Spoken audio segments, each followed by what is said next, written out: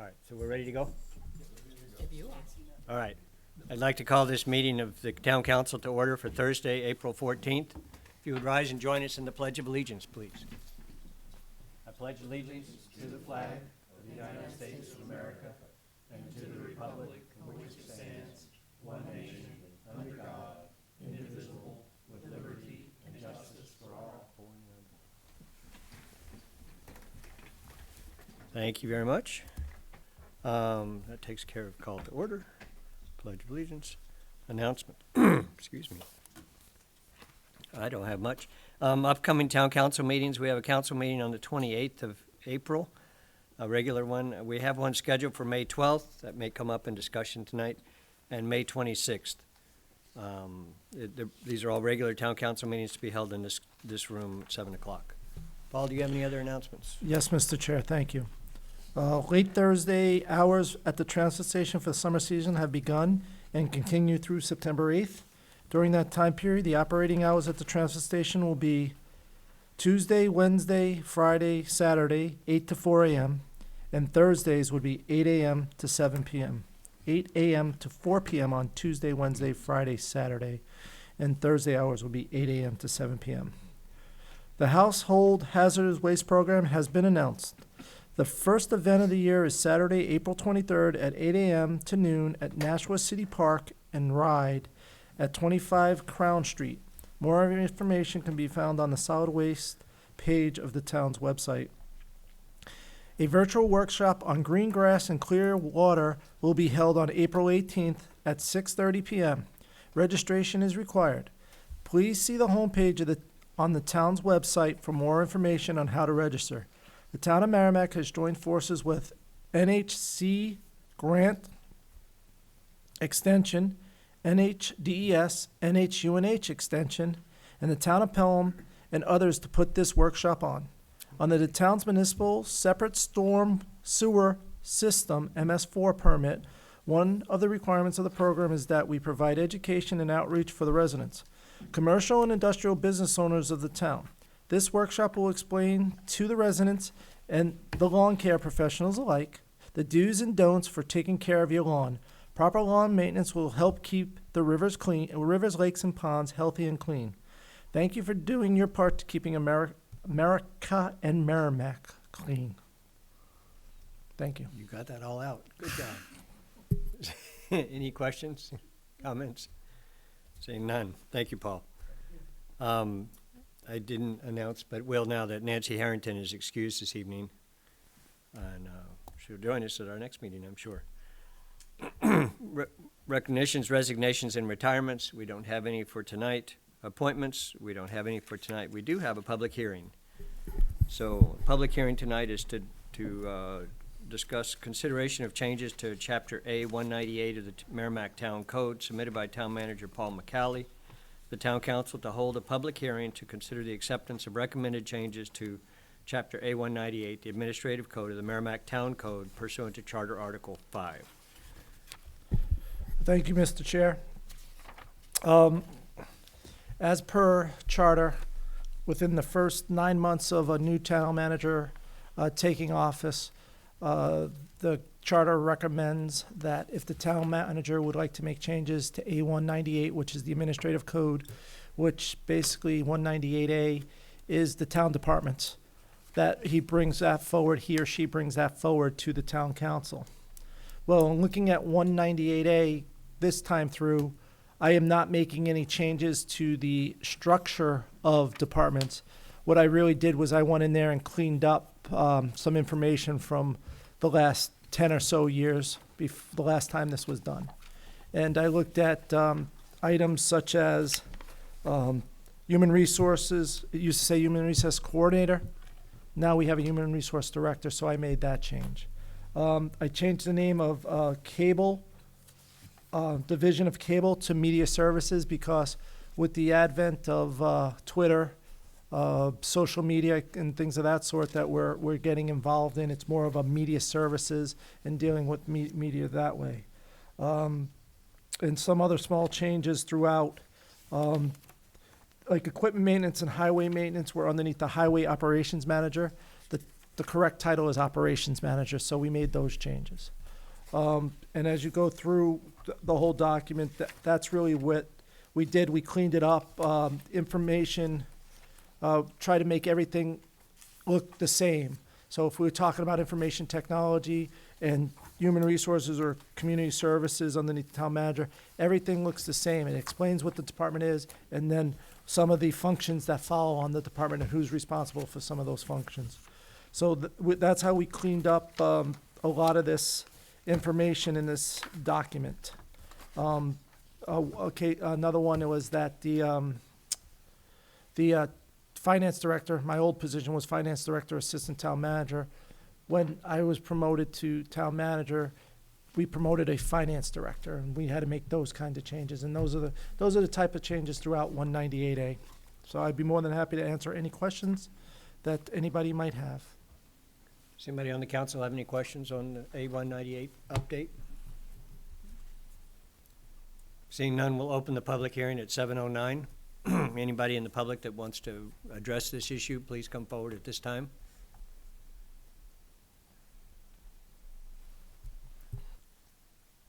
I'm seeing none. Are you seeing any? No, I'm seeing none either. Thank you. We'll close the meeting at 7:10. Any other final comments from the council?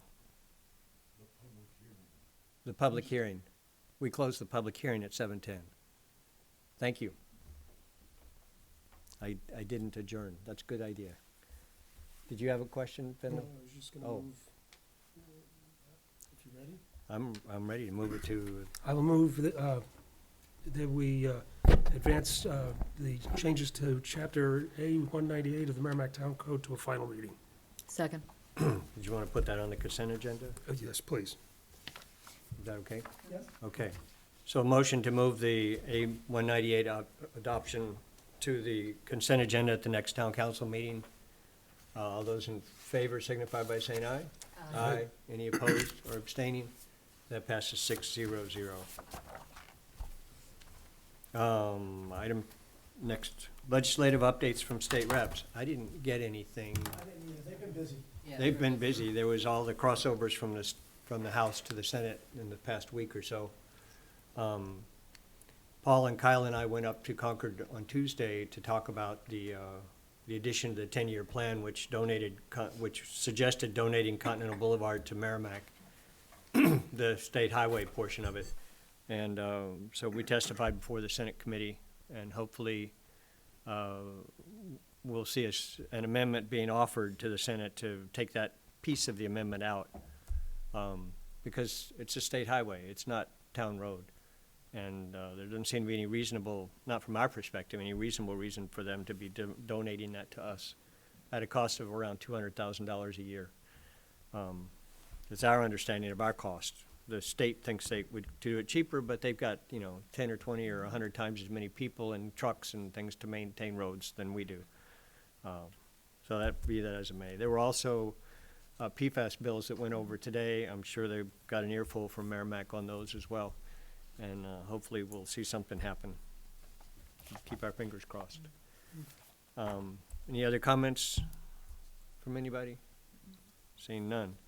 We'll move to the town manager's report. Thank you, Mr. Chair. The 2022 paving program began today on Amherst Road.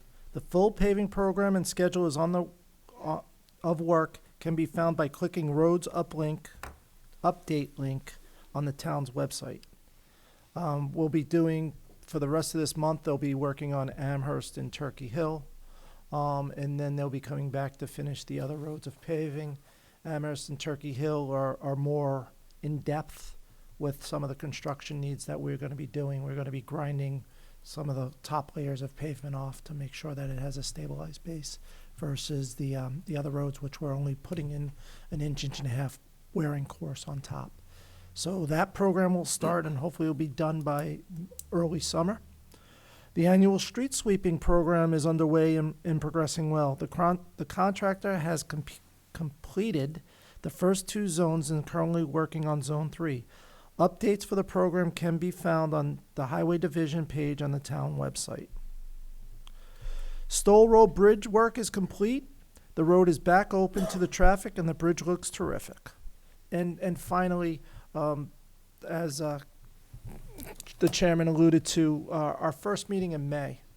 I have a scheduling conflict that night on the 12th. So I would be hoping that we could, if the council so chooses, to move that first meeting in May to the 5th of May. And I understand we'll be having a meeting on the 28th of April and then the following week on the 5th of May, back-to-back weeks. But I can't get out of my scheduling conflict on the 12th. So I was hoping that if the council would like, we can move it, or you just won't have a town manager there at that meeting, if you want that too. So either way you want to go is fine with me. It's just a suggestion on the 5th, and was wondering if any comments from the council on that. Any preferences? Anything works for me, whichever you think is best, you. Whatever we all think is Yes. best. I can support either way. Okay. Lon, did you? Yeah, far be it from me to have a conflict with one Thursday night or the other. Does the town manager have any provision for a designee? I can send somebody to the meeting if the council would so like, but right now there is no one Thank you. person. Anybody else have any thoughts on it? I'm okay with either way. I anticipate being back in town by then, since my wife wants to be back in town by the 4th. Okay. So I'll be there. That's the decree. So do we need any You activity? would, I think you would need a motion to that move meeting it from because the it's a 12th to the 5th? change, it's a change of your normal schedule. Okay. So moved. Motion by Nancy Yes. Second. Murphy and seconded by Andy Hunter to move our meeting on May 12th to May 5th officially. If there's any other discussion? Seeing none, we'll call for a vote. All those in favor signify by saying aye. Aye. Any opposed or abstaining? That passes 6-0-0. I'm gonna ask the question, Okay. unfortunately, after the fact, but are there no conflicts on the first and third Thursday? Are we good there?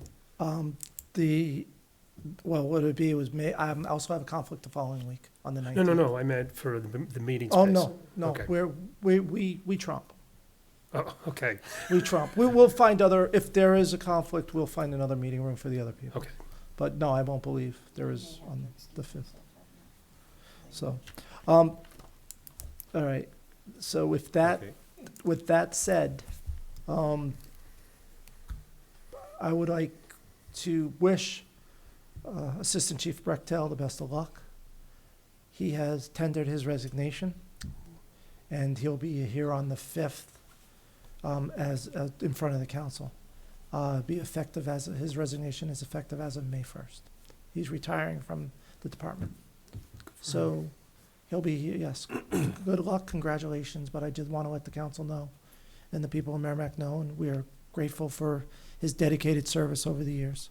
So, but that broke late yesterday, and we had a couple other resignations and retirements. One longtime member, Dean Stearns from the Highway Department, gave his notice today. His last day will be at the end of May, so we'll be celebrating him in June. And we had one person announce that resigned to go to another position. So things are happening, positions are happening, so please stay on top of it. Look on our job board. We have a lot of openings that we are looking to fill for the people of Merrimack. That is all that I have right now for the town manager's report. And while we're on the subject of changing things around, a suggestion was made that rather than have our reorg meeting on the 28th, because I won't be here, and just to make sure we can all have a chance to be here, we could push that back to the 5th as well. So if there's no argument with the council, yeah. I'd like to plan that we would do the reorg on the 5th of May instead of on the 28th. No? I'm out of Yes? town. Huh? I'm out of town. You're I'll out of town. barely make it back for the meeting. Okay. That's not good then.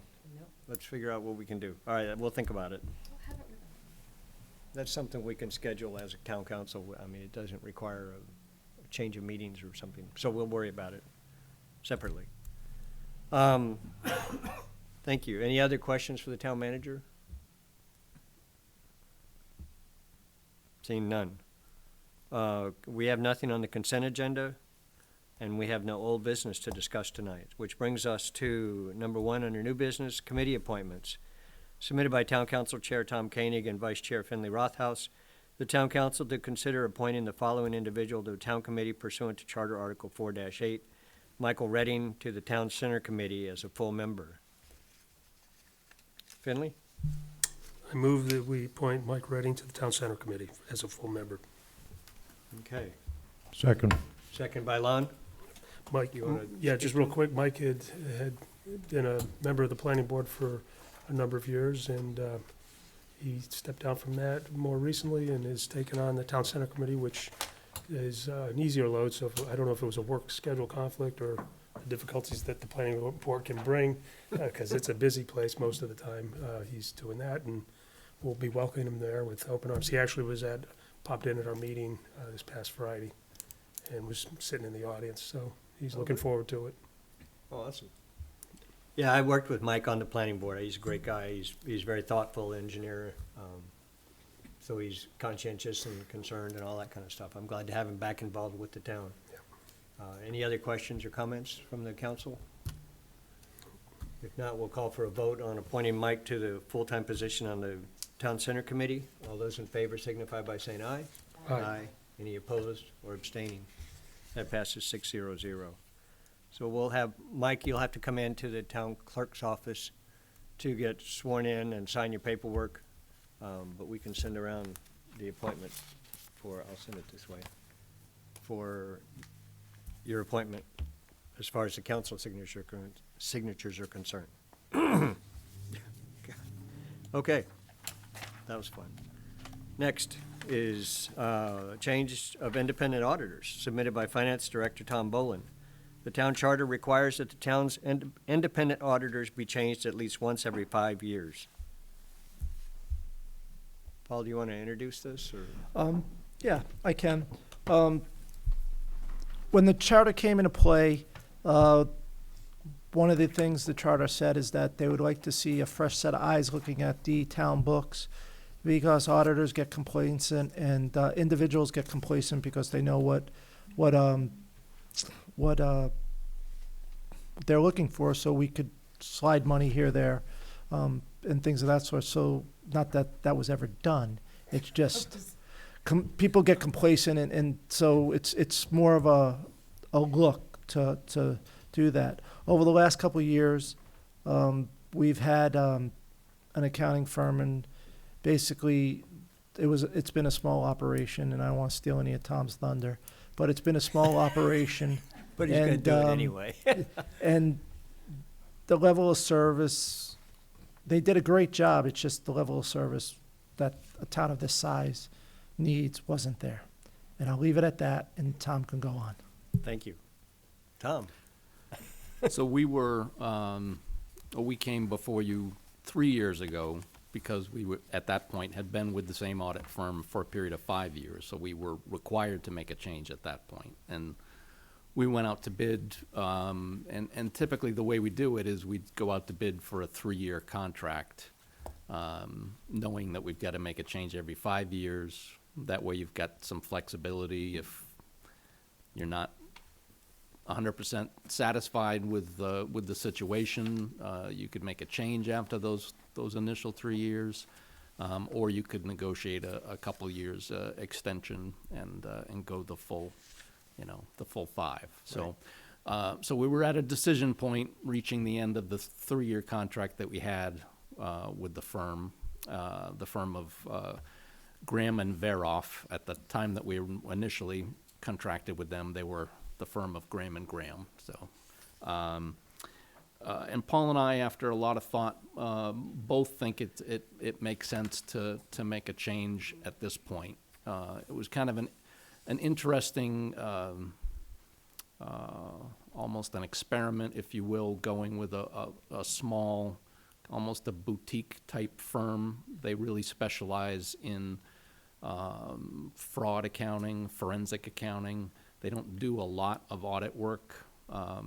We thought, their bid was competitive, and that was a major consideration. And we thought they might have a different perspective maybe than we'd gotten in recent years with our other auditors. So we did it. We got through the 3 years, but as Paul said, they're really not a big enough firm to kind of be at our beck and call as need be, and to perform the audit work on an efficient basis. In addition, the senior partner of the firm, Jeff Graham, is actually retiring at the end of this month. It's unclear what that's going to mean for the firm going forward, but it was another factor to consider in making the recommendation to switch at this point. So we did go out to bid. We received bids from 2 firms. They're both large firms that we've had experience with in the past. And one of the bids was significantly higher than the other. So we are recommending that we go with the lower bid, which is from the firm of Plodzik and Sanderson, who happened to be our auditors prior to Graham and Veroff. The other bid was from the firm of Melanson CPAs, and they were our auditors before Plodzik and Sanderson. So we're familiar with both. We like them both. To us, it makes sense to go with the significantly lower bid. Okay. One additional factor is that Plodzik does the school, they do the MIA, and they do the village district. So they get to see the town as a complete That's a when they do complete the audit, picture. not just one-offs, which is helpful between some of the trust accounting that we have. So they're able to see the full trust picture and not needing information from another auditor to do the work. And I've seen your note here that even though the partner in charge is the same as we've used before, the staff that's actually conducting the day-to-day audit work is going to be new people. So Yes. it almost acts like it's a brand-new auditor anyway, even though, but there's been 3 years, so there should be no problem with the fact that we've changed. They've gone on, they're not going to be, Stuck in the same rut. what's the word I want? They're not, they're not going to be myopic in looking at the town of Merrimack. Right. They'll see the whole picture. Any other questions from the town council? Oh. Seeing none? I'll move that the council approve the change of auditors to Plotzik and Sanderson per the recommendations by the town Town finance finance director. manager. Second. Motion by Finley and seconded by Nancy Murphy to accept the recommendation of the auditor for the town of Merrimack. If there are no other questions or comments, we'll call for a vote. All those in favor signify by saying aye. Aye. Any opposed or abstaining? That passes 6-0-0. Thank All you, right, Tom. thank you. Thanks, Tom. Which brings us to number 3 on our agenda. Highway Equipment Capital Reserve Fund withdrawal request. Lori Barrett. Submitted by Highway Operations Manager Lori Barrett. The Town Council to consider the Highway Division's request to withdraw up to $143,250 from the Highway Equipment Capital Reserve Fund for the purpose of purchasing a used 2019 Volvo EWR 150E wheeled excavator. Not to be confused with the, never mind. The non-wheeled or the -D excavator. No, We didn't want to get a track excavator because we didn't want to ruin the roads.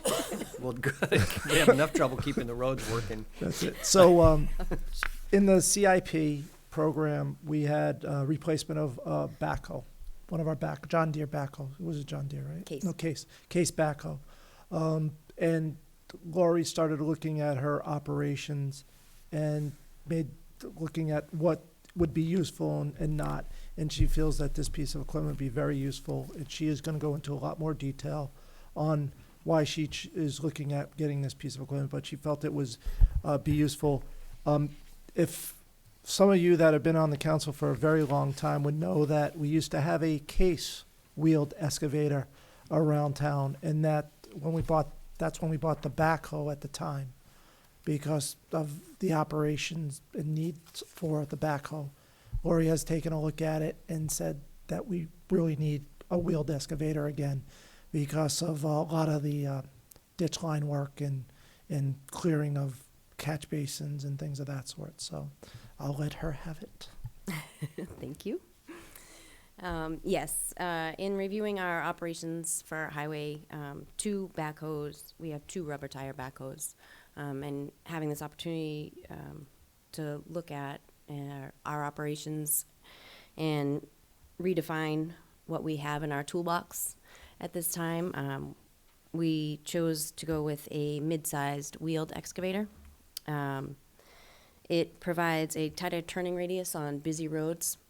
It allows for safer traffic patterns, a smaller work area, and it's more suited to roadside work. And it will give us more added capabilities with its multi-twist twist wrist that we're going to get it with. It provides over-the-road transport. It has more diversity in its capabilities, and it should be more efficient in our operations. It will be used for all the same things that the backhoe is, but we believe it'll be more efficient. It's lightly used. It's a 2019. It was a long-term rental with the New Hampshire DOT, so it's going to be used for the same exact operations that we've been using it for.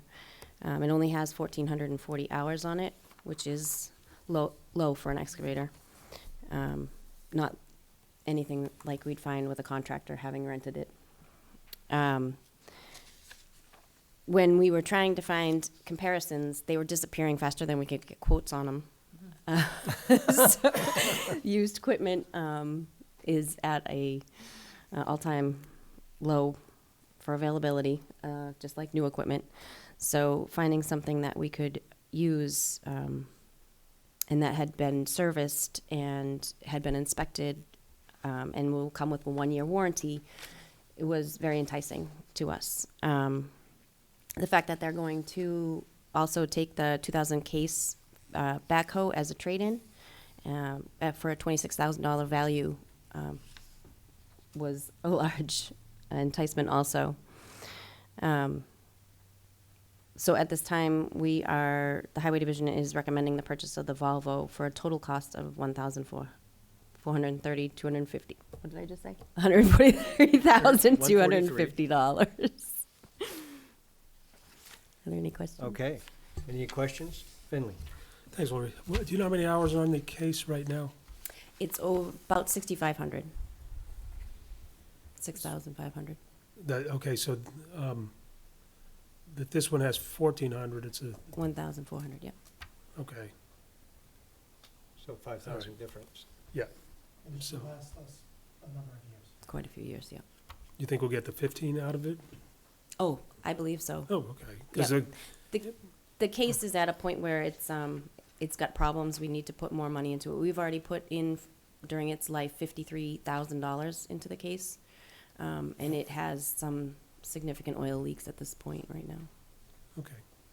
Very good. Thank you. Andy? Have we looked at potentially, instead of trading equipment in, potentially auctioning it? Or is that a bigger hassle than it's worth? I just, you mentioned the availability of used equipment right now. Could we get a premium if we didn't trade it in and went to auction? We do auctions on some of our equipment and some of our vehicles. Sometimes, however, something like this, where they're giving us $26,000, I've never seen a piece of equipment at auction go for that. It's a crapshoot because people go to auctions and they're trying to get it for a steal.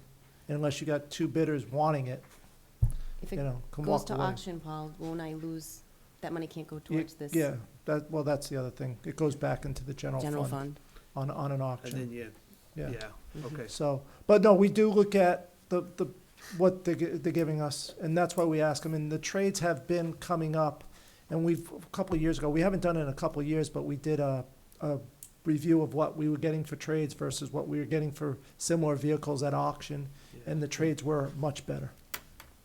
Okay. I mean, I did a Google search of, 2007 cases on auctions, and I mean, they did range anywhere from 15,000 up to a little bit more than what this trade's being valued at. But they were a year or two, some of them sold in 2019, 2020. So you don't know that what today's, Whether it's today's value. yeah, I mean, you're absolutely right, it's a gamble. So I just wanted to know if we had looked at that and considered it, so. But the point that the funds go back to the general fund, that means you're gonna end up taking more out of capital reserve to buy this, so, yep. So, how are we set up in the capital reserve? Were we planning to buy another backhoe and this is comparably priced, or Actually, is this it's more a- expensive? Or? A $6,750 savings from what we were budgeting. I believe we were budgeting $150,000 for the backhoe, I think it was 140. 140, so maybe a little more. I thought it was around Okay. 140, 150. So maybe, Plus- it's plus or either minus a 3,000 few. plus or 6,000 savings. I thought it was 150, so, yeah. Okay, So we're- so it's, we're no it's in good. the ballpark. We're Yeah. not talking 100,000 No, or something no, like it's that. right there. Okay. It's right there. So the reserve fund should be We planned for this, adequate for this? yes. Okay. Are there any other comments or questions? Seeing none, do we have a motion? If I become Bill Boyd and Nancy Harrington, oh my gosh. All right, Doing a fine job. I move that we allow the withdrawal, excuse me, of $143,250 from the Highway Equipment Capital Reserve Fund for the purpose of purchasing a used 2019 Volvo EWR 150E wheeled excavator as described by Lori this evening. Second. Motion by, is that sufficient? Yes, that's Motion by Finley and seconded by Barbara Healy to allow for the purchase of the wheeled excavator. Did I say- Yes. Any other comments or questions on the motion? Seeing none, we'll call for a vote. All those in favor signify by saying aye. Aye. Any opposed or abstaining? That passes 6-0-0. Go have fun. Or let somebody have fun. Big toys. They won't let me use them either, which is probably smart, but. Although I could use it in my backyard, no. Okay, that brings us to number 4 on our agenda. Consideration, is that right? Yes. Consideration of changes to chapter 158, sewer use of the Merrimack Town Code, first reading. So this is submitted by Town Council Chair Tom Koenig and Vice Chair Finley Rothaus. The Town Council to consider the acceptance of recommended changes to chapter 158, sewer use of the Merrimack Town Code pursuant to Charter Article 5. And Sarita's here to fill us in on the details. So Sarita's here to bring us up to date. I figured I will have the next 3.5 hours of PowerPoint presentations for everybody. No, it's not that bad. The sewer use ordinance revision is something that, when we were looking at the code, every department, I asked every department to look at their ordinances and codes, and this was one that we needed to revise, and it's being revised, and Sarita will make this point as well. It's not being revised because we just willy-nilly revising it. It's being revised because we had an EPA audit, and these are some of the findings from that EPA audit that we have to revise this ordinance. So there's a purpose behind why we're revising the ordinance. It's not just to revise the ordinance. And I want to get that on the record in the minutes, because we will have some commercial vendors and industrial companies thinking that we're just doing this to do it. We're not. We're doing it because we have to do it because of our EPA license. Sarita has a PowerPoint presentation here to discuss some of the changes that is there. Everybody in their packets has a red line version. And if that wasn't enough, we decided that we do have the other ordinance that is prior ordinance with it as well. So without any further ado, here's Sarita to go through the PowerPoint presentation for you.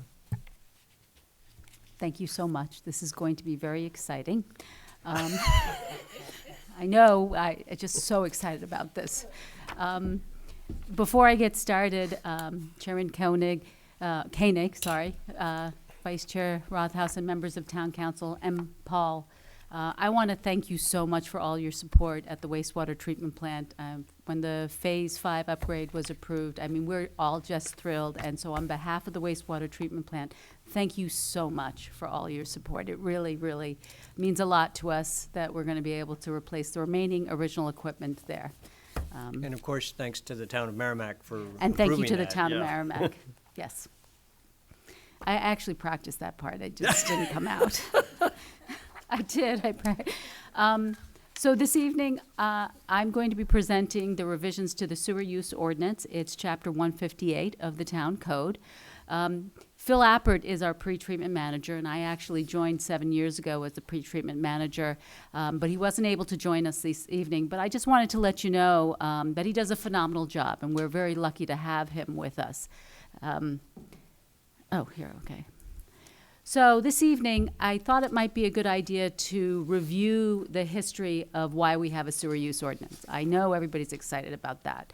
And then the EPA audit process, the revisions that were required by EPA, a revision that's been required by some regulatory changes with New Hampshire DES, additional changes, there are administrative changes to clarify sections of the sewer use ordinance, and then let everyone know that we did receive approvals, and then, of course, I'd be happy to answer any questions.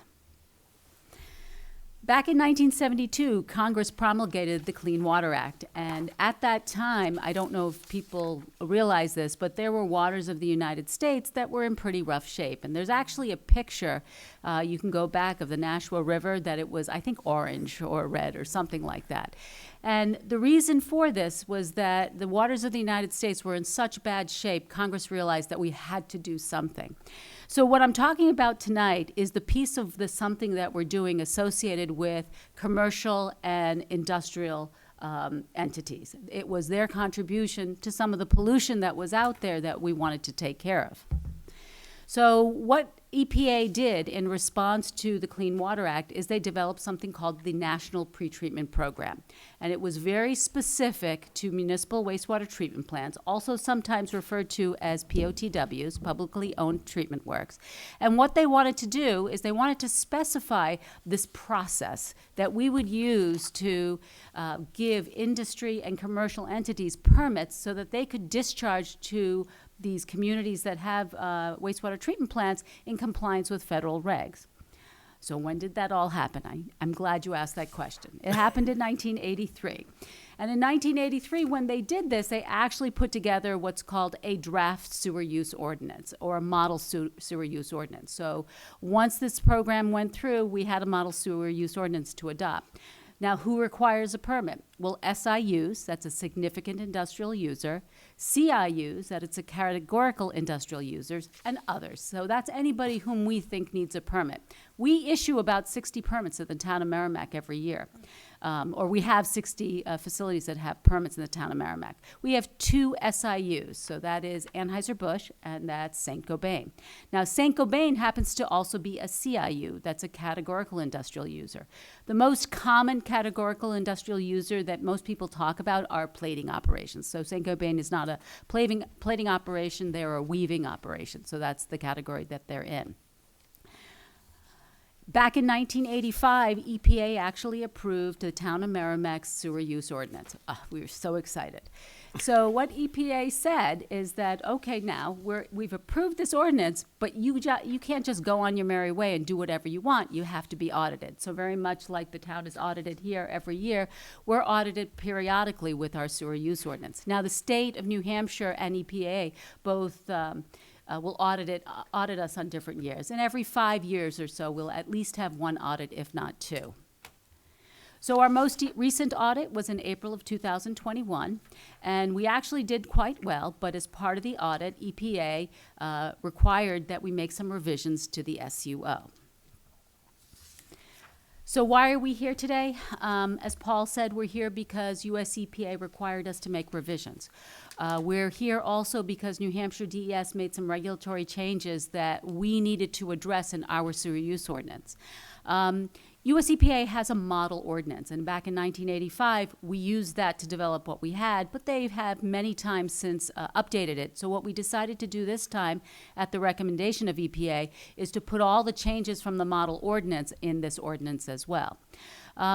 EPA also has a local limits development guidance document, and what that does is it tells you how to develop local limits, as well as has recommendations for screening levels. So what we did is we changed this ordinance to have those screening levels that they have in the most recent document in here. And then administrative changes to provide further clarity on various topics. So this, just to amplify, this was all done at their sort of insistence that we do a lot of these updates to match up with what they're currently Yes. at, right? I mean, Yes. we didn't have the option to simply decide to put in their stuff, their updates that they've been making. They wanted us They did. specifically to do so in order to continue to approve our Yes. sewer use ordinance. They actually had attorneys at EPA review our ordinance. So, I mean, there was a very thorough review of this ordinance to make sure that we became compliant. You have this document.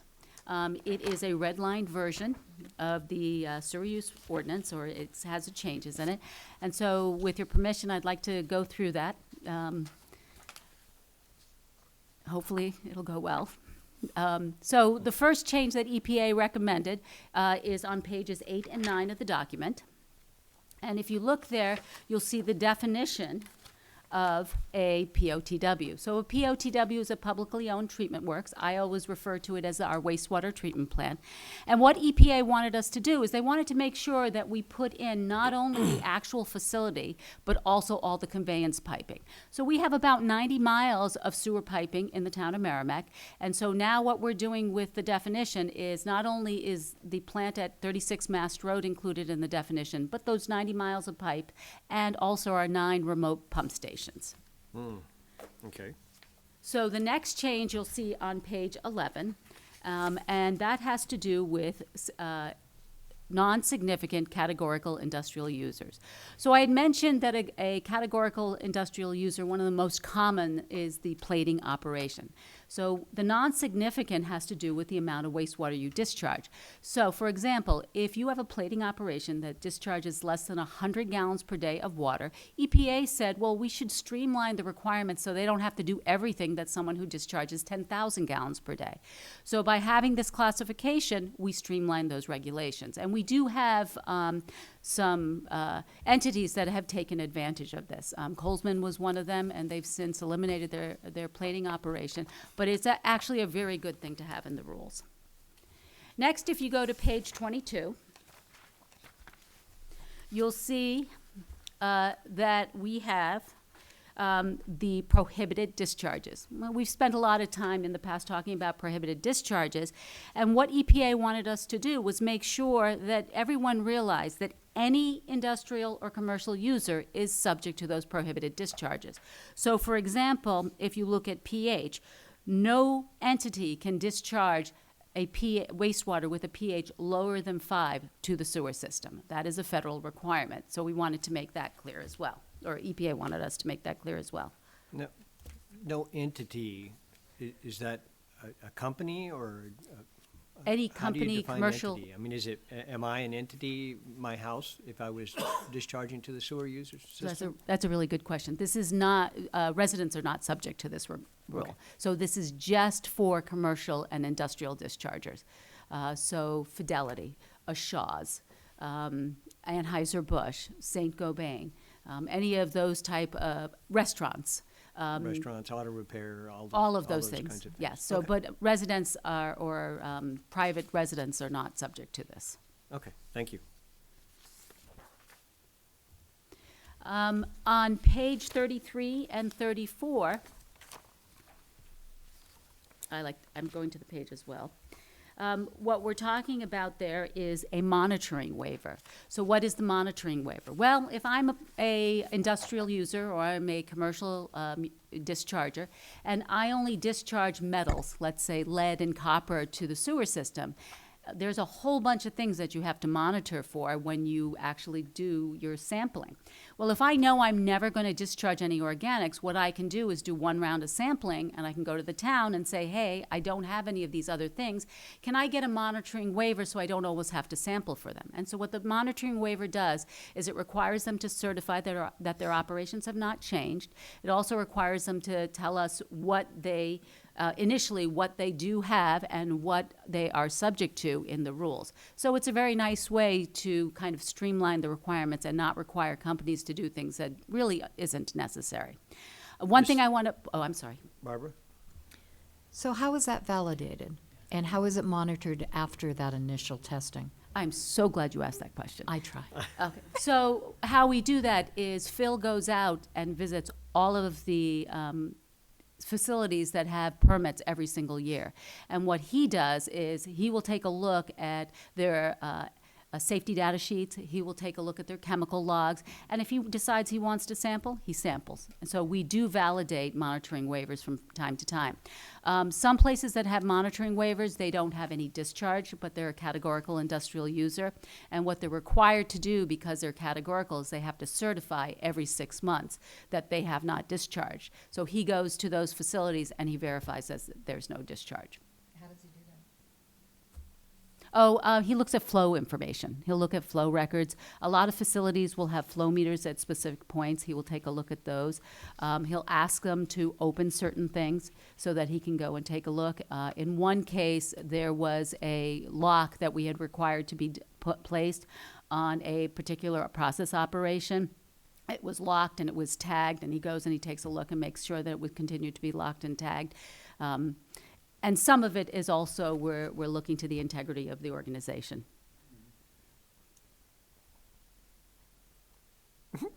Actually,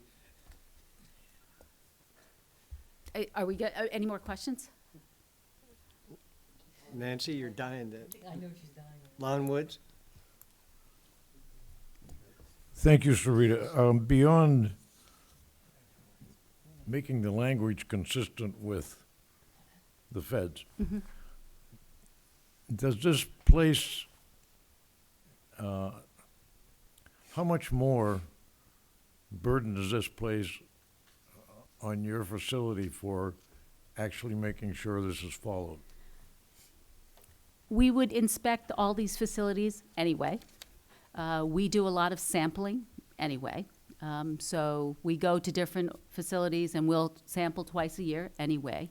I'm not so sure it places an undue burden on the organization. If Phil needs help, I can go out and help him, and we have other people who can go out and help him as well. But I think this is important because aside from maybe some exceptions, when you have a small organization and you have a company that's not a Fortune 500 company, this really helps them out because they don't have to spend, $1,000 every 6 months. And it matters for some of these smaller companies. They don't have to spend $1,000 every 6 months sampling for everything under the sun. So I think it matters, and I think it's a good way. It's a good section of the ordinance. So it's neutral, more or less, to your Yes. operation? Day operation. yeah. Yes. Thank you. Nancy Murphy? Thank you. Thanks, Rita. It's just a question, not questioning the integrity of industry or business, but do you guys have the ability to go out unannounced to do this? Oh, yeah. You do? And you Yes. can, okay. Yes, and there are times that we do go unannounced. In some cases, if we are suspicious, so all of these, we have a quite an extensive sewer system, and if we're really concerned, we'll go to the last manhole or the manhole right after that operation, and we'll sample it, and that will give us a good idea of what's going on, and we have done that in the past. So it's something that we can do. In some cases, like Anheuser-Busch, we actually sample them every single day, and we do analysis on their wastewater every single day. Okay, thank you. Any Okay, other? Okay. thanks. So somebody goes to the plant every day, or do you, because they're the last manhole, is that how you get their sample, or? So at Anheuser-Busch, we actually have a flume, so we monitor their flow. And in the flume, we actually have a sampler, and we pull a composite sample every single day. At like 7:30 in the morning, one of our operators will go to Anheuser-Busch. They will take the container, they'll replace it with another container, and then they come back and we do analysis on that water. We do BOD and TSS. So BOD is biochemical oxygen demand, and it measures the strength of wastewater. How much stuff are you sending Right. to the wastewater treatment plant that we have to treat? And TSS is total suspended solids, which is the solids piece of everything. And we use that to bill them as well, because we have a formula. Right. Yes. Nancy? Thank you. I'm not sure if companies like Saint-Gobain, do they have the option to apply for this sort of pass? And if they're eligible for that, do you have the ability at the wastewater treatment facility to do the same thing for Saint-Gobain that you're able to do at Anheuser-Busch? Absolutely. So Saint-Gobain right now is changing their treatment system to be a zero discharge system. So we'll talk about a change that we're proposing later to be able to evaluate that system. But what we would do is we would go in, we would evaluate the system.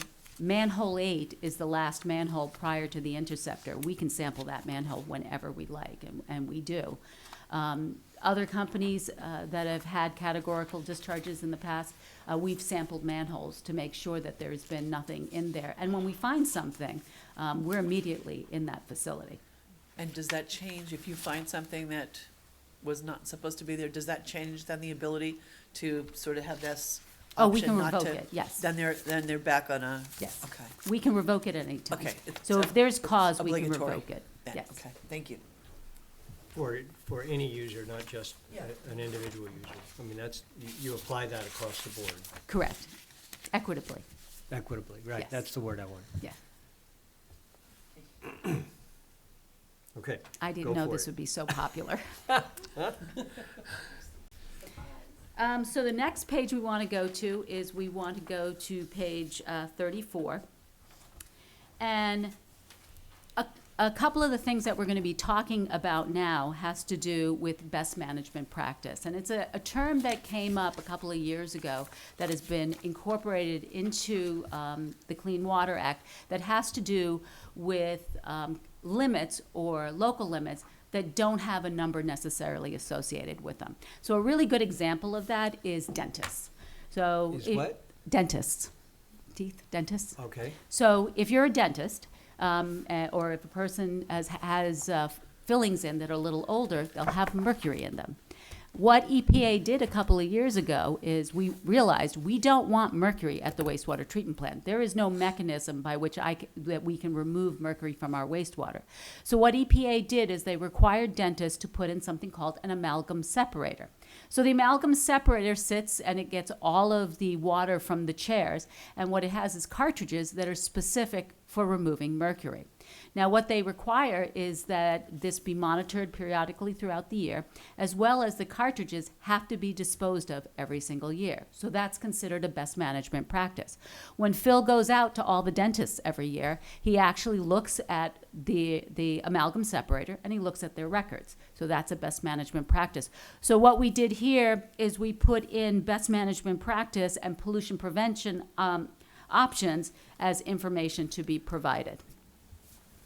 Now, if you go to page 39, we're again talking about best management practices in terms of record retention. So we want to make sure that the record retention for the people who do the sampling and analysis and also people who have best management practices is consistent. So we want them to retain their records for 5 years. So now I'm Phil, or myself, going to a dentist, and I'm going to go in, and the first thing I'm going to ask for is your records.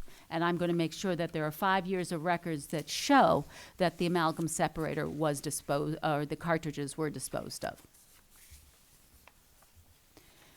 Baseline monitoring report.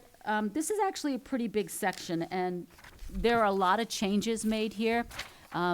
The requirement that EPA had for this specifically was to add best management practices to this language. What we also did here is we actually made this language consistent with the model ordinance. I'll be talking about that second half, the model ordinance, a little bit later, but the primary change that EPA wanted is they wanted best management practice or pollution prevention alternatives in there.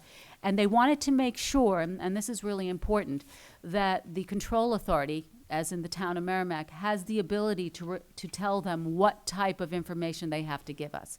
So we do have that authority, and that becomes very important in terms of monitoring. So New Hampshire DES back last year actually changed their rules for ENVWQ 305. I'm so glad you asked, what is that? What is that?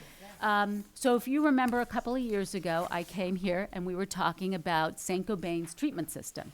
And when I came here, we were talking about the industrial discharge request that they submitted to New Hampshire DES, and it had to be reviewed and approved by New Hampshire DES prior to allowing us to give them a permit.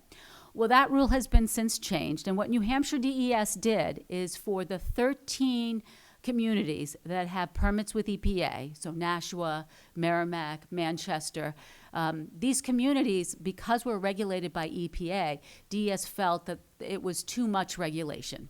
So what they decided was to eliminate the requirement to require industries within our community to get that IDR request. Well, now this presented a problem to us because we have companies like Saint-Gobain that did get an IDR, and we want to have the ability, if they make changes, to go back and look and make sure that their changes are consistent with all the rules and the regulations, and they're still protective to the wastewater treatment plant.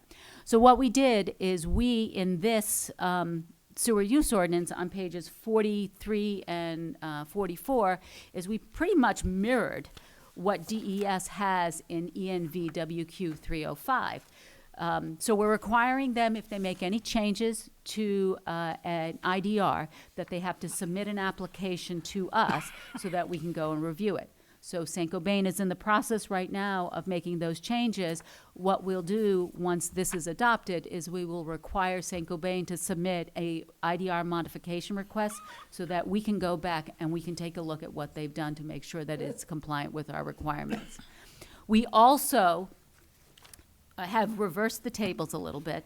So understanding that DES is no longer reviewing it, we're submitting the completed applications that we've reviewed and approved to New Hampshire DES and to US EPA and giving them an opportunity to review and approve them. What we have here listed in the comments or in the rules is that the comment period shall be 30 days, and should either New Hampshire DES or EPA not provide comments, the IDR permit application shall be considered approved. Yes. Thank you. I just have a question as to why, if DES no longer wants to provide approval for this, why are we submitting it, whatever work you do, to DES for approval? I would always submit it to, I submit almost everything that I do to EPA and New Hampshire DES, and it's for consistency. I want them to take a look at everything that we do here, and even though they no longer have ENV 305, ENVWQ 305 as a requirement for us, there are other requirements in DES's regulations where we have to demonstrate that we're complying with, including operating our wastewater treatment plant in a manner that's protective. Oh, thank you. I just wonder about, in the process of doing that, and that makes sense to me, but in the process of doing that, what about an occasion where DES may disagree? I'm just saying to benefit a particular company, that a company might find that as beneficial, where we might disagree. And then the company then has, even though you weren't required to submit to DES, now they could have a support from DES against what you might think. I'm just wondering, I just see it sort of as potentially problematic. It's a good question. Conflicting, It's a good you know. question. Ultimately, we are not regulated by DES, so we can make a decision on our own. We can make a decision to protect our sewers and our wastewater treatment plant. And also EPA would play into it as well. So I don't see DES actually doing something that we, as in the town of Merrimack and our program, would deem would harm the wastewater treatment plant. And actually, I think if that is the case, DES will take the stand of no comment and Yeah. back away. I think so. Because they don't want to get in the middle, and that's what they'll do, as sometimes. But like Sarita said, we have also EPA looking at this, and they're the third party, and if for instance, if Town of Merrimack and DES disagree, then EPA will either agree or disagree. And if EPA disagrees, then we'll have to go back to the drawing board, but if EPA agrees with us, majority's on our side, we move forward. Because really, we are permitted by EPA, Right. and we have, not DES, so we have to follow EPA.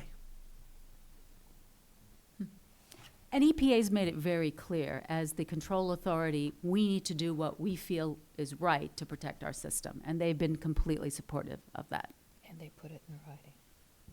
Yeah, thank you. I just see it potentially useful in a litigation that, you know, I don't know, just try to be a little proactive, and I don't know. I feel like I get the theory why we would want to do that, but I think just personally, I just foresee that it might be problematic down the road. Just my own. Nancy, I want to commend you for not reading ahead, Yeah. because the big change in this ordinance Coming. is coming as to lawsuits, and it's federal, not state. So Sarita, on page 34, 44, it talks about the 30 days of its issuance. But on 45, it says 30 business days under section D. So for 44, is that business or calendar days? So you're talking about the reconsideration, so that's separate from the IDR? I'm getting to that. Okay. Yes. And so is there any more? Well, I just had a question on the 30 days as well.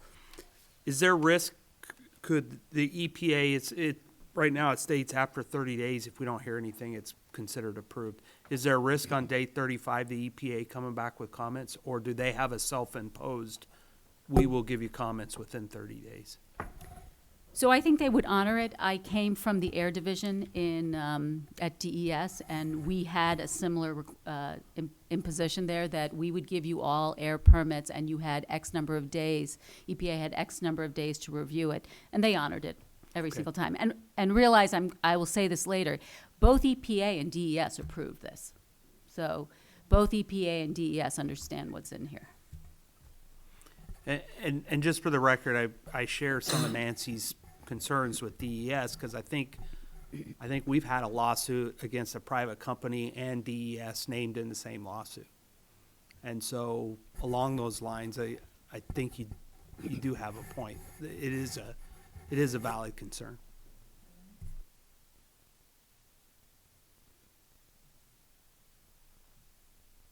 Should I keep going? Okay. Okay. Is it okay to move off of this page, the IDR, or would you like to discuss it some more? So the remaining revisions in the sewer use ordinance are the revisions that are making us consistent with the model ordinance, making us consistent, going through some changes for clarity. So the first change that I'd like to go through here is if you go back to the beginning to pages 2 and 3, you'll see the term authorized agent, and that was changed to match the US EPA model ordinance. We actually, in our SUO, had a authorized agent was an individual or position having responsibility for the overall operation of the facility or pretreatment program, and who has been given the authority by the town manager. And that really wasn't correct, so that was why we made the change here. Best management practice, what we did is we placed the acronym in there, BMP. So that appears on pages 3 and 13. The commercial definition, which appears on page 4, What we did is we added after commercial, we added facility/user, again, for clarity. For the industrial user definition on page 5, we added a person or entity so that it was, anybody could be included over here. On pages 6, 8, and 11, we have the definitions of local limit, pH, and slug load. What we did in these cases is we just made it consistent with the model ordinance. On page 12, there's the definition of superintendent. That's actually my position, that it's commonly referred to as a superintendent. So what we did is we added assistant director of public works there to make sure that that was clear to everyone. The screening levels that I was talking about on page 28 and 29, these are screening levels that have been updated to reflect the local limits development guidance documents or appendices. So what happened with the screening levels is that the ones we had in here previously were from 1985, and they changed significantly, so we made sure that we were consistent with the new screening levels. On page 36 and 39, we actually required as part of our program when it was first implemented that all reports for monitoring were required to be delivered by the end of the monitoring period. So that was June 30th and December 31st. So what we did with this is we're giving commercial facilities and industries an extra 30 days to submit the reports. And what this does is it allows them, if there is a, oh my gosh, I forgot, they can take a sample towards the end of the period, they can have it analyzed, and they can submit the report and not be in violation of the requirements. So this particular item, if you go to page 44 and 45, and Councilor Healy, this is what you were asking about, this has to do with the reconsideration. So any person, so what we did here is we've had a couple of appeals that have appeared. And so what we wanted to do was make this, the reconsideration process a little bit more straightforward so that everybody understood what it was. So the first thing we added for clarity was that the town manager would receive all requests for reconsideration, and the town manager would determine the approach and whether or not the reconsideration would be granted or not granted. So that's the first thing. The second thing is that we realized that our pretreatment program has been enacted to fulfill the town's pretreatment obligations under the Clean Water Act. We are regulated by US EPA. Therefore, if any entity, industrial or commercial, has an issue with the reconsideration that was completed by the town manager, those appeals should be directed to the U.S. First Circuit Court of Appeals, which is a federal court, and it should not go to any state courts. And now to answer your questions. So within 30 days of issuance, those are calendar days. We can say that. Yeah, absolutely. Only because from a legal standpoint, you've already said on the next page it's business days. Right. It is. So if I was a lawyer, It'd be all over. yep. Yeah. Yes, we can make that clarification. Thank you, ma'am. Yes. Can I borrow a pen? Sorry, I should have brought a pen. I apologize.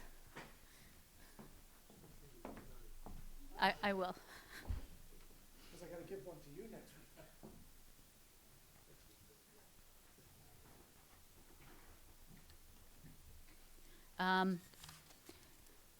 Are there any questions on this? No? Okay. One of the last changes, and we talked about it a little bit earlier, is pages 48 and 49. I said there was a lot of language, and this is model language from the pretreatment model ordinance that talks about samplings, how they should be collected, the sampling analysis requirements. It tells everybody that you have to analyze all of the samples in accordance with 40 CFR Part 136. That's just where EPA lists all of the approved methods that they have there. And it tells everyone that the control authority may allow submission or allow submission of a baseline monitoring report. So it's just making this particular section consistent with what is in the model ordinance. Now, we're required to get EPA to approve the sewer use ordinance. We're also required to get New Hampshire DES to approve the sewer use ordinance. So US EPA approved the SUO on February 16th, 2022. New Hampshire DES approved the sewer use ordinance on December 9th, 2021. So we are in the process right now of developing a local limit for abrasive filter media. The reason for that is a particular industry has discharged some filter media that has damaged our equipment at our plant. So we're currently executing a study, and we're going to have our first meeting next Tuesday on April 19th. We have consultants who are going to be doing this local limit study program for us, and the idea behind that is we want a third party to develop it, because this way it's very objective. Once the local limit report has been drafted, it's actually submitted to both US EPA and New Hampshire DES for approval. Now, US EPA guides the process. New Hampshire DES is kind of an ancillary approval off to the side. Once EPA is satisfied with the local limits report and what we recommended, or what is recommended for a local limit, then they will take over the process and they will initiate and complete a 30-day public notice period. So once that public notice period occurs, they respond to the comments.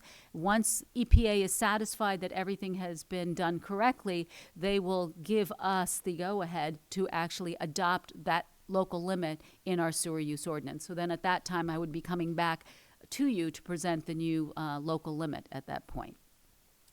So that's about everything that we've changed. I think we'll be looking at it late summer, early fall. Yes, I agree.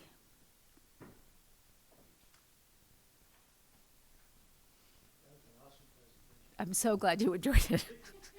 I will say, if you're having trouble sleeping, please read this.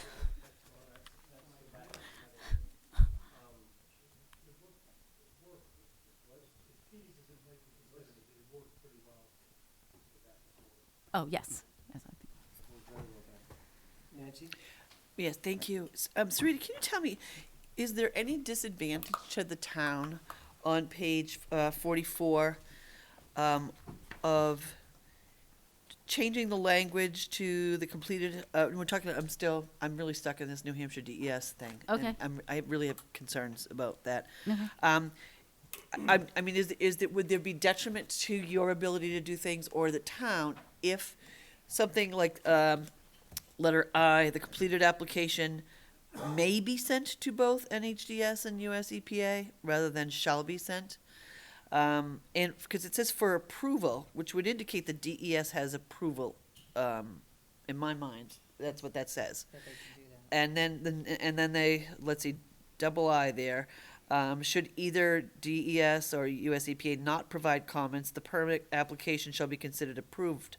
So basically, what that says to me, if NHDES doesn't provide comments, then the permit application is approved, which they're saying, DES is saying they're not going to do that, right? So we're giving them authority that they're telling us they don't want, and that's my understanding. So what if we did this? The completed application shall be sent to both New Hampshire DES and US EPA for review.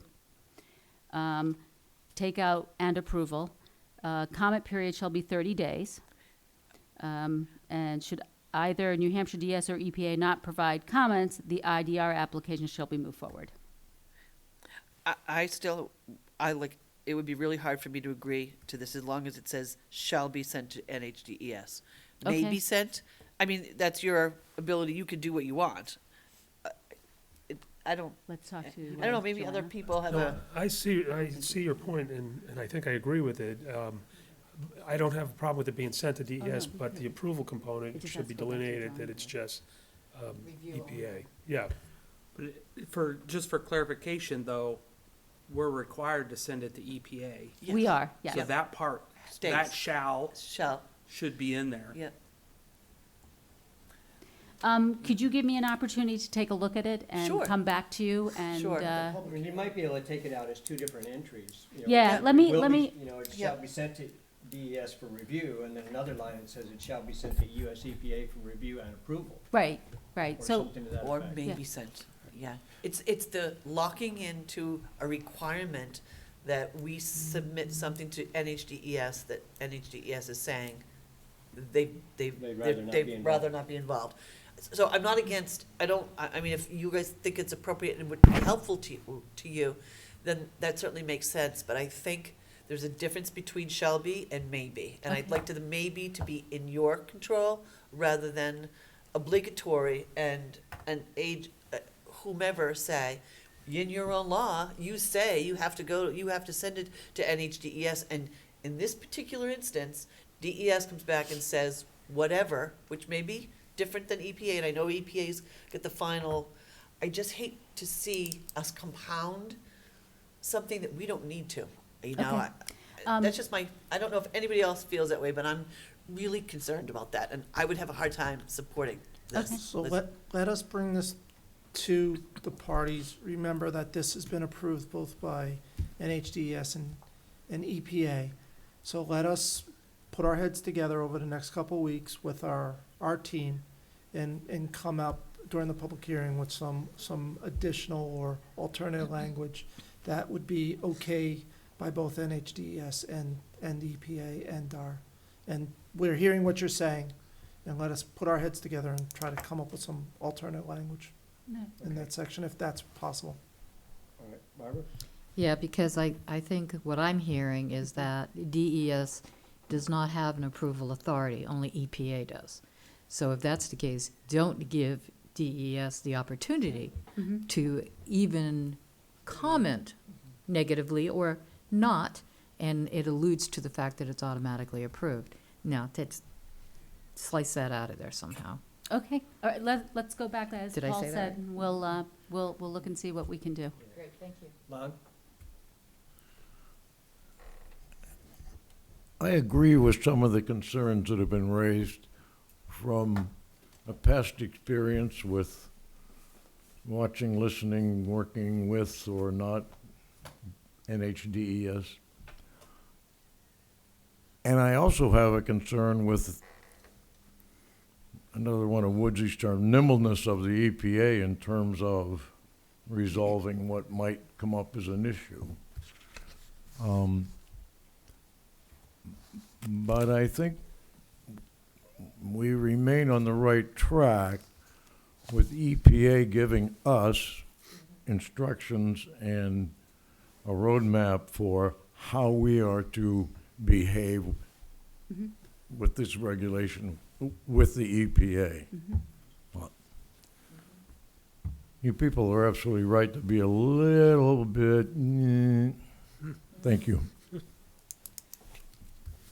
Any other comments or questions? I agree with what our discussion has been here tonight, and appreciate that you're gonna take a look at that a little bit more carefully to see where we can go with it. You want that? Okay. I did, I got the other comments. Would it be okay for us to first look at the revisions and make the suggested changes? It'll take a little time to get everything all squared away and then go to public notice, like come back and discuss the changes?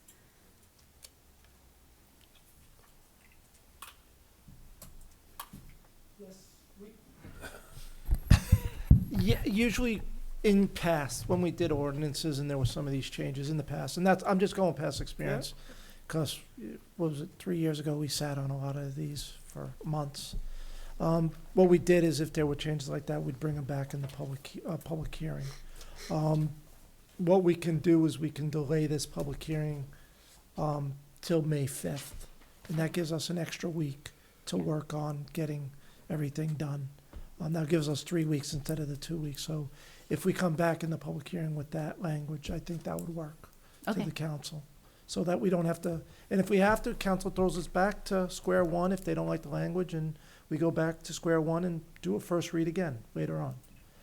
But I think we understand where the council's coming from about the must and the shalls and the who's and the whats.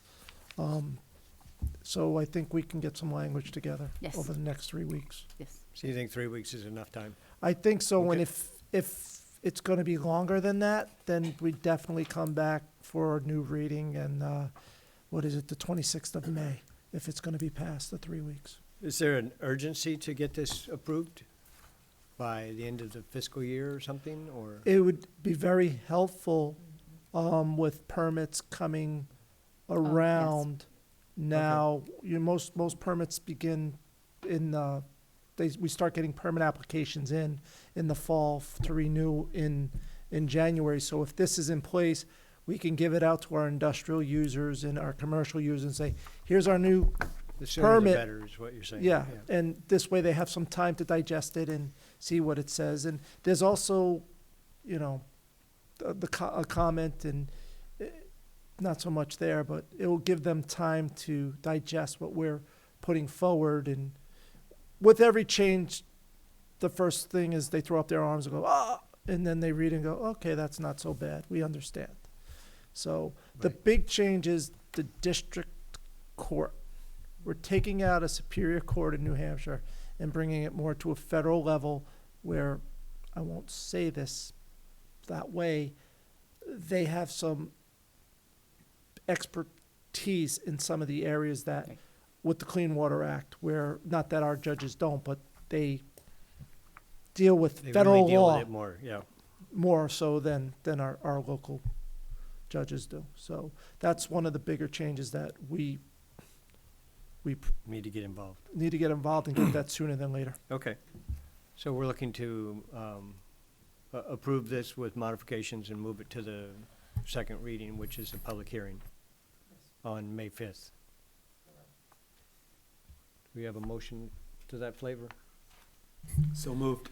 Moved by Andy Hunter and seconded by Barbara Healy to move the sewer use ordinance with slight modifications to the public hearing on May 5th. Modifications as discussed here at the meeting tonight.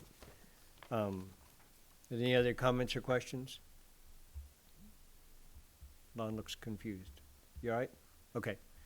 If there are none, we'll call for a vote. All those in favor signify by saying aye. Aye. Any opposed or abstaining? That passes 6-0-0. So we'll go to a public hearing on the 5th. Thank you. Thank you, Sarita. You did a great job. Yeah. I'm amazed. Thank you very much.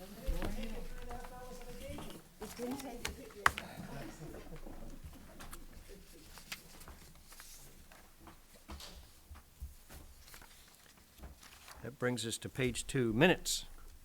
We have minutes from the March 24th meeting to be approved tonight.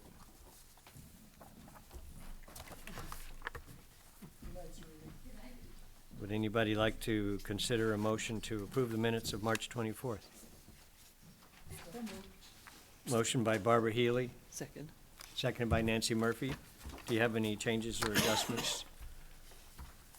Nancy, you want to go ahead and start? Sure, just two quick ones. On page 1, line 30, the end of that sentence, to view to the time slot, I think it's supposed to be just to view the time slot. And on page 2, line 18, St. John Newman, Newman is just misspelled. Neumann is the correct spelling. You're right. I think that's all I had. Barbara? On page 6, line 39, it says wage benefits and payroll taxes compromise about 70%. It should be comprise. Right. So take out the OM. Just make it Comprise. comprise. COMPRISE. Yeah, take out the OM. Okay, anything else? That was it. Anybody else have any changes or corrections? Seeing none, we'll call for a vote. All those in favor of the minutes as modified at the meeting signify by saying aye. Aye. Any opposed or abstaining? That passes 6-0-0. Which brings us to comments from the press and/or the public, neither of which are here. Comments from the council? Andy, Finley, I'm sorry. Actually, I just, when, at our last meeting, we went over the request for the use of the funds from the Abby Griffin trust, the account there. And I had concerns over the choice of the weapons that were approved that night. And I was contemplating a reconsideration just for me, but I decided I would leave it as it stands and just put out on the table what my concerns were. I don't want our police department to become a militarized police department. I had difficulty with the vest, but understood for the ergonomic reasons why they went with those. And so I went along, but the more we resemble a SWAT team, the more concern I get. And I know that it's a great department. I have no qualms with them, but I don't want it to be seen like a tactical unit as opposed to a community police department. So that was my concern, and I just wanted to put it on the table, just for posterity, I guess. But thank you. I share that concern, but not to the level of making a change at this point. So I think I'm agreeing 100% with what you're saying. I think it is something we need to keep an eye on and be very cautious about the perception. I understand for their safety, for their ability to do their job, and for all those reasons, these things are important, but there's got to be a line somewhere, and it's always difficult to figure out where to draw it as far as whether it's, like you said, a tactical unit or a community policing unit. And that bothers me enough to keep an eye on it as well, so I appreciate you bringing that up. Andy, did you want to say something to that? The one thing I'll add is, I think what we're approving for the police department is the same thing that any citizen could go to a gun store and purchase. And I would never be able to sleep with myself at night knowing that we put our police officers on the street unmatched against potentially someone else that could just go down to a gun store and buy the very same weapon. So probably the polar opposite, but that's just kind of the way I stand, is I could never sleep at night knowing that we put those guys on the street to fight a battle that they weren't prepared to fight. So. Okay. Any other comments from the council? Lon? For those that celebrate Easter Sunday, happy Easter, and thank the committee for support for my election to the council. Anybody else? So I want to echo my thoughts in thanking the town for supporting the town council and our budgets and our different amendments and articles. We came across very well. As far as the things that we've been trying to put forward, I think it shows that the town is in lockstep with where we're at right now and how we're moving forward with the council, and I appreciate the support of the town in all of those issues and efforts. And congratulations to Lon and Barbara and Andy and your reelection officially Friday at 5 o'clock, but I don't think there's an issue coming up, but we'll see what happens.